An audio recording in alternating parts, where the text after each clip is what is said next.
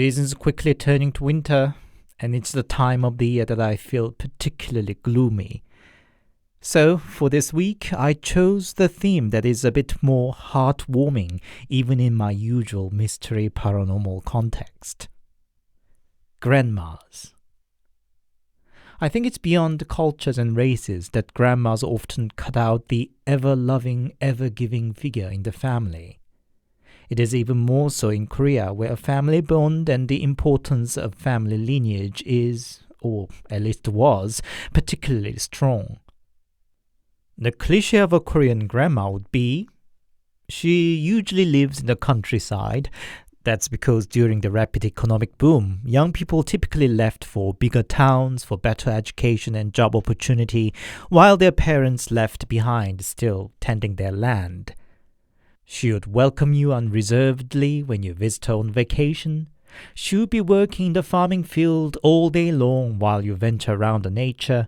Then, at the dinner table, she would pack a mound of rice for you, easily doubling your usual portion, and insist all your energy comes from rice. And then at night, when you are deep in sleep, she would rub your face lovingly with her hand that had got as rough as her life.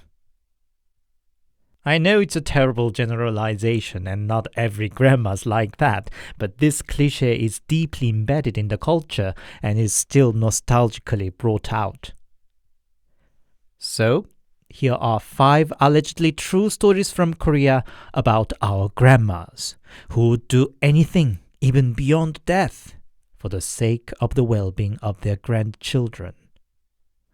As always, handpicked, translated and narrated by host Anthony.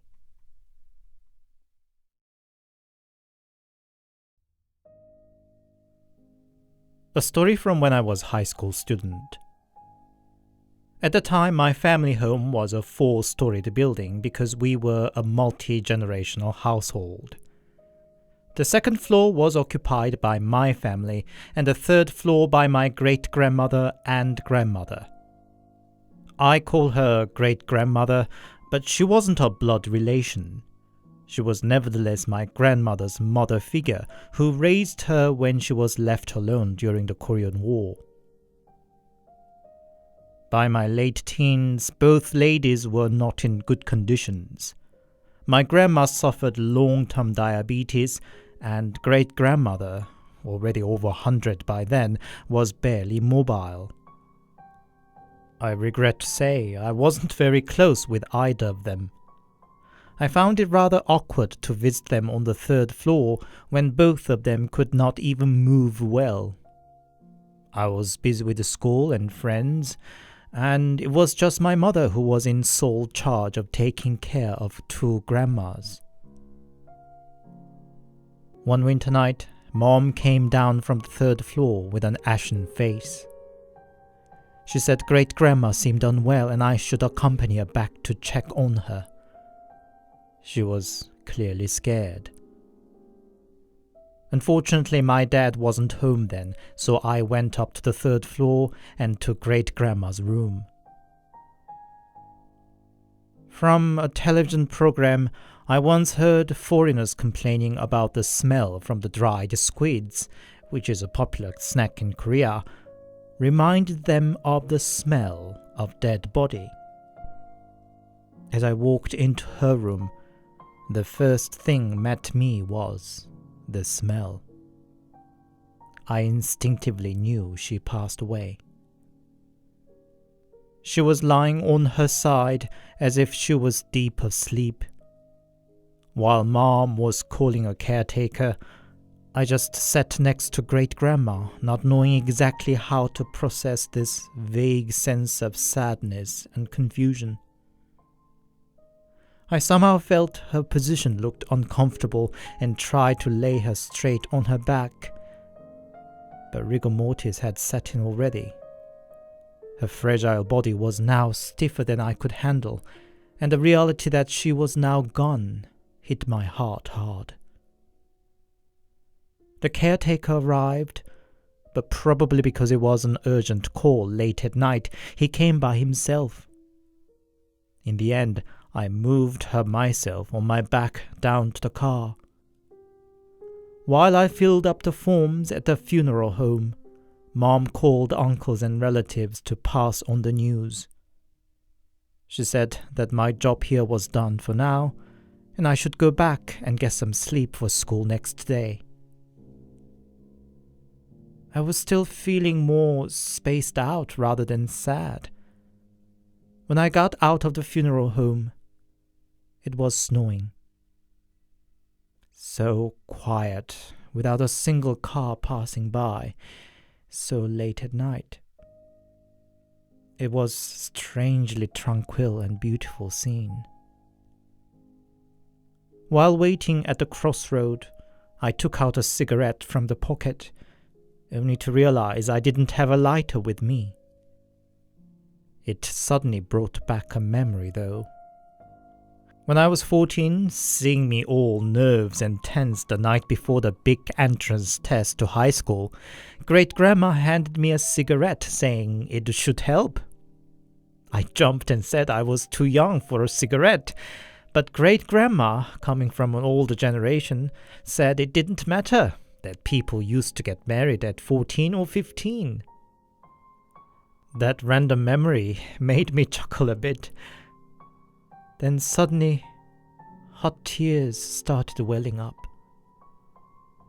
I hung my head with a sudden flood of emotion and saw, under the thin veil of snow, a lighter lying on the street right next to my feet. Coincidence? But I won't believe it was the last little gift from Great-Grandma, that she might have wanted to light up the cigarette for her great-grandson, who gave her a piggyback ride for the first and last time that night. I could not stop crying. Vignettes of moments, of her softening a dried persimmon for little me, her combing her hair neatly and finishing off with an old hairpin in the morning. 100 years' worth of life had flickered out like that on this silent, snowy night. That is already 20 years ago, but I still remember it all like yesterday. It's just an excuse, but maybe that is why I can never quit smoking.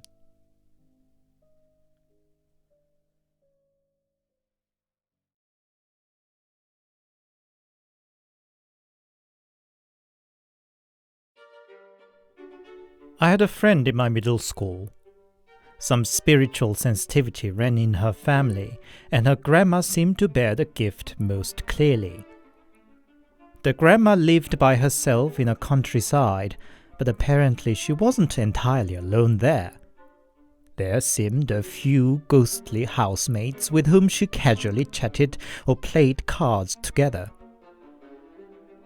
One day my friend visited Grandma. While Grandma went out to work on the vegetable patch, my friend dozed off in the room. Hey. She woke up with somebody calling and tapping on her. My friend too had a certain spiritual sense, and she knew instinctively it wasn't a human. She was already awake by then, but she was paralyzed. This thing kept calling, Hey. poking around on arms, legs, and head. My friend didn't want it to realize she was awake and feigned to still asleep. But then, it suddenly jumped on her chest and slapped her face really loudly. I know you're up. Come, let's play. My friend got angry to get slapped so hard, not to mention being rudely disturbed out of her nap. So she opened her eyes wide, glaring. The ghost's hand was already in the air, ready to slap her one more time. It sneered and said, See? You're up. Let's play. My friend was just speechless. Then she heard Grandma rushing back in. The ghost poked my friend's cheek and said, She's back already.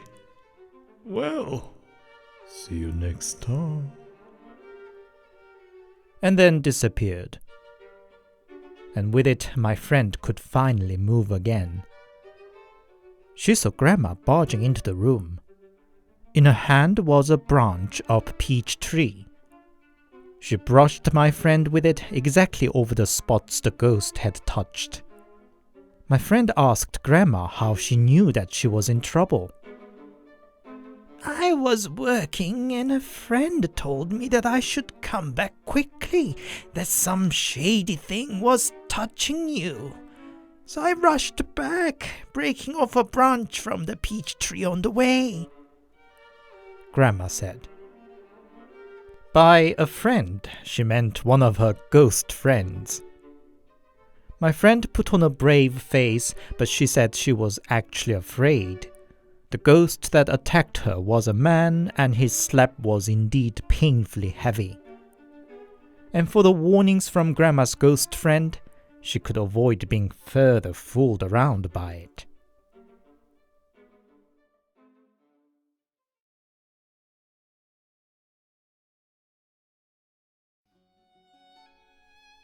I was practically raised by my grandma for the complex family issues, which I'm not going into details here. I hit my puberty a bit early when I turned 11, and rebelled and troubled my poor grandma a lot, nagging for money, and even used my younger brother to squeeze pennies out of her pocket. Not a year after, Grandma unexpectedly passed away from a sudden heart attack. I was in a state of shock that I could not even shed a drop of tears for the 3-day funeral. All the relatives knew what a prick I had been to my grandma, and not so discreetly talked behind my back. How cold-blooded I was, not even looking very sad over Grandma, who was more a mother than my own mom.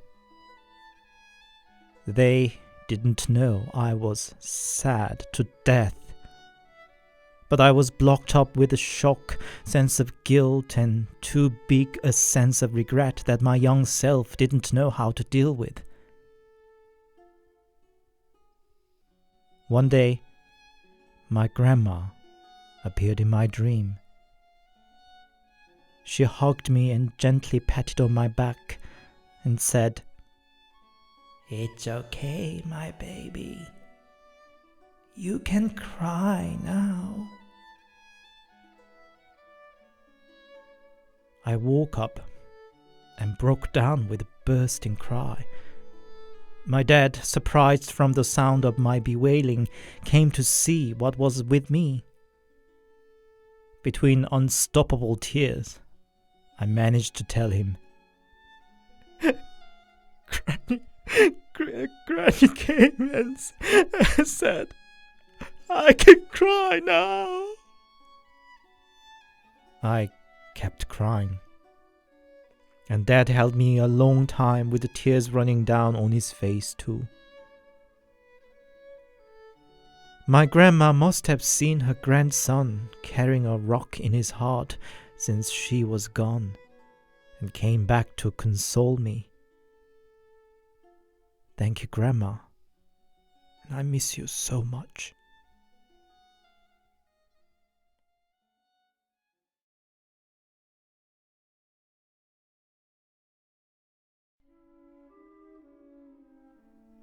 My grandma on my mother's side had a certain power of precognition.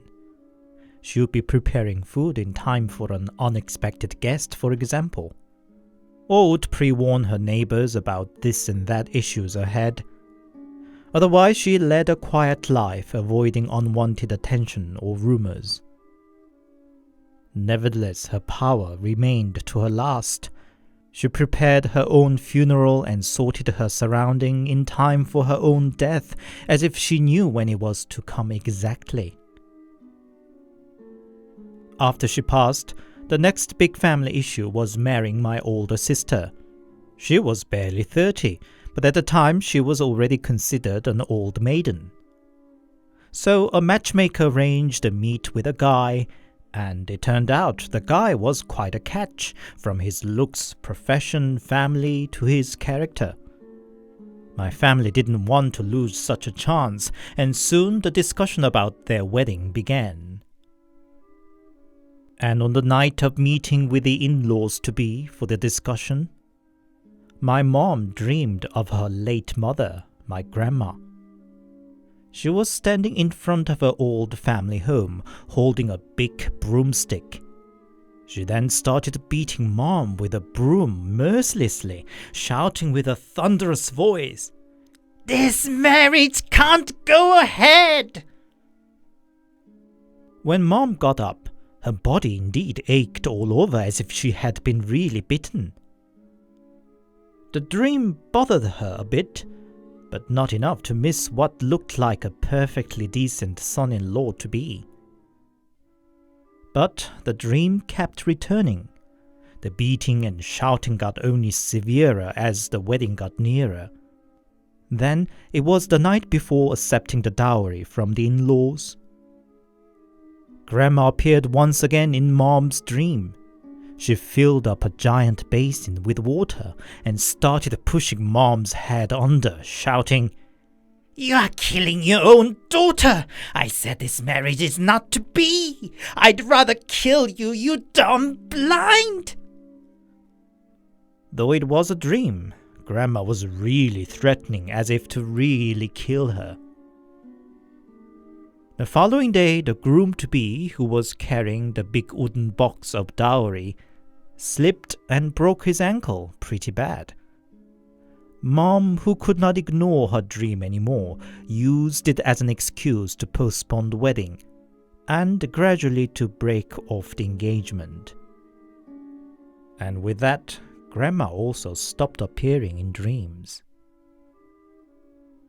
Fortunately, my sister was introduced to another man, albeit not as established as the previous one, and got married without much incident. About a year later, Mom was out shopping with my sister and ran into the matchmaker. And from her, they got to hear what happened to the ex-fiancé.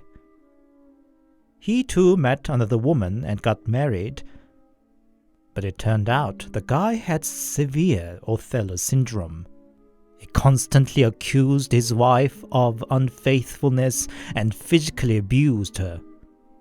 One of his favorite methods of torture was apparently pushing his wife's head under the bathtub full of water. And one day, the poor woman died that way from a shock. They'd been barely married for 10 months.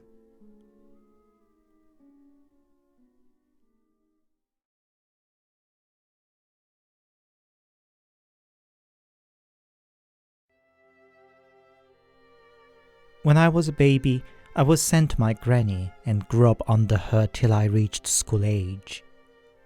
Her village was tucked away in the mountain region right up to DMZ. Military base was the main feature in that small town, and many parts of forest were forbidden to enter because of landmines for that reason. In the neighborhood, I was the only kid apart from 3 brothers and sisters next door. It was one day when I must have been 2 or 3.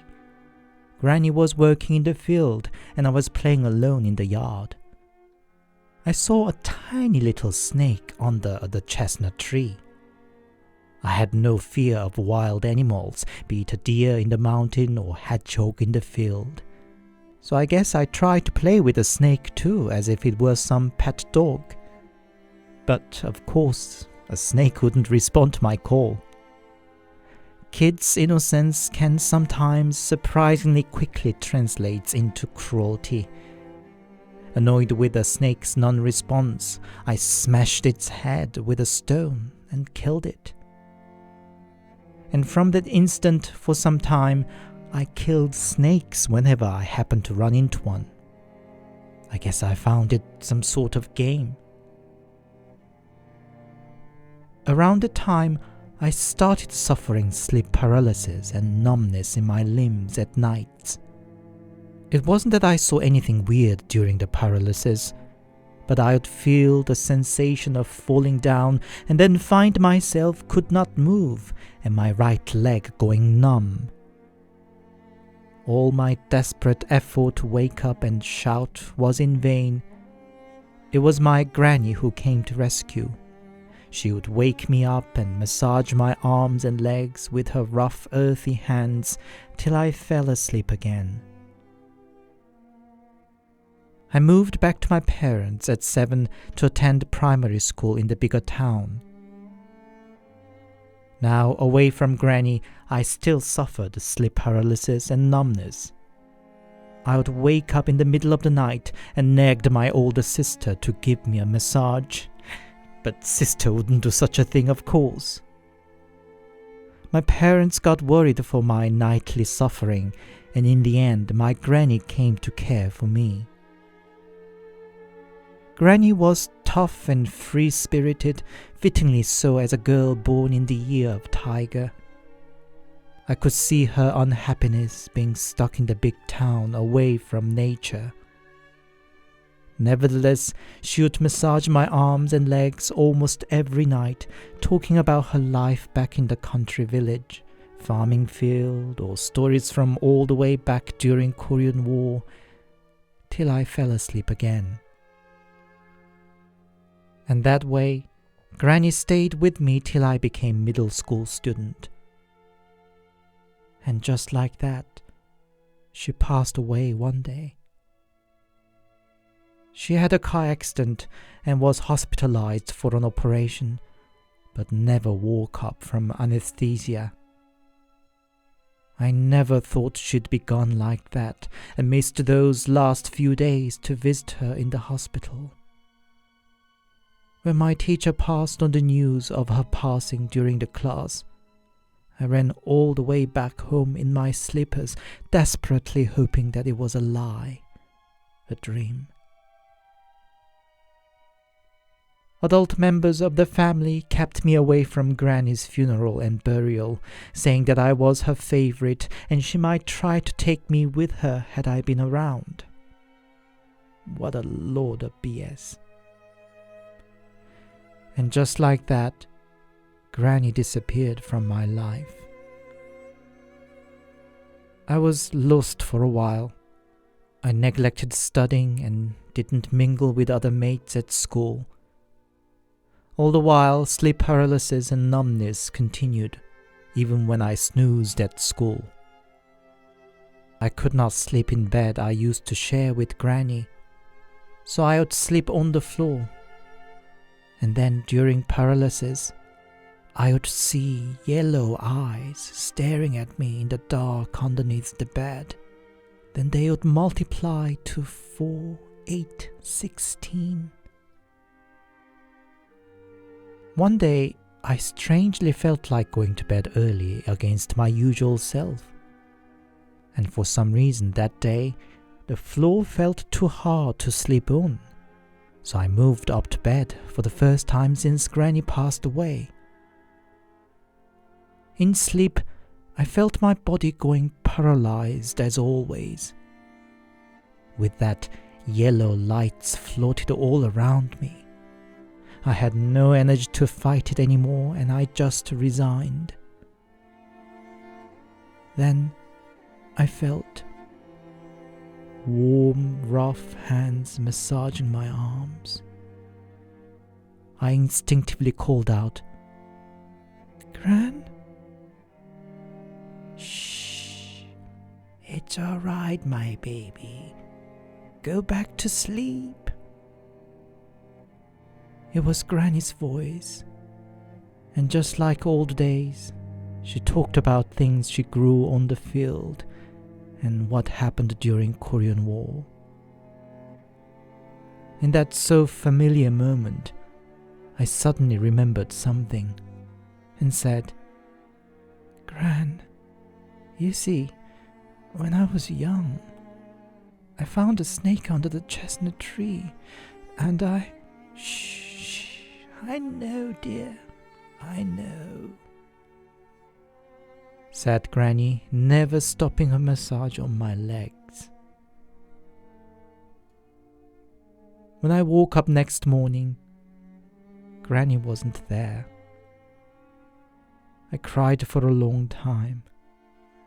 how much I missed her. Since that day, my sleep paralysis and numbness were gone, and didn't see Granny again in dreams either. My only regret is that I should have opened my eyes and looked at her one more time that night.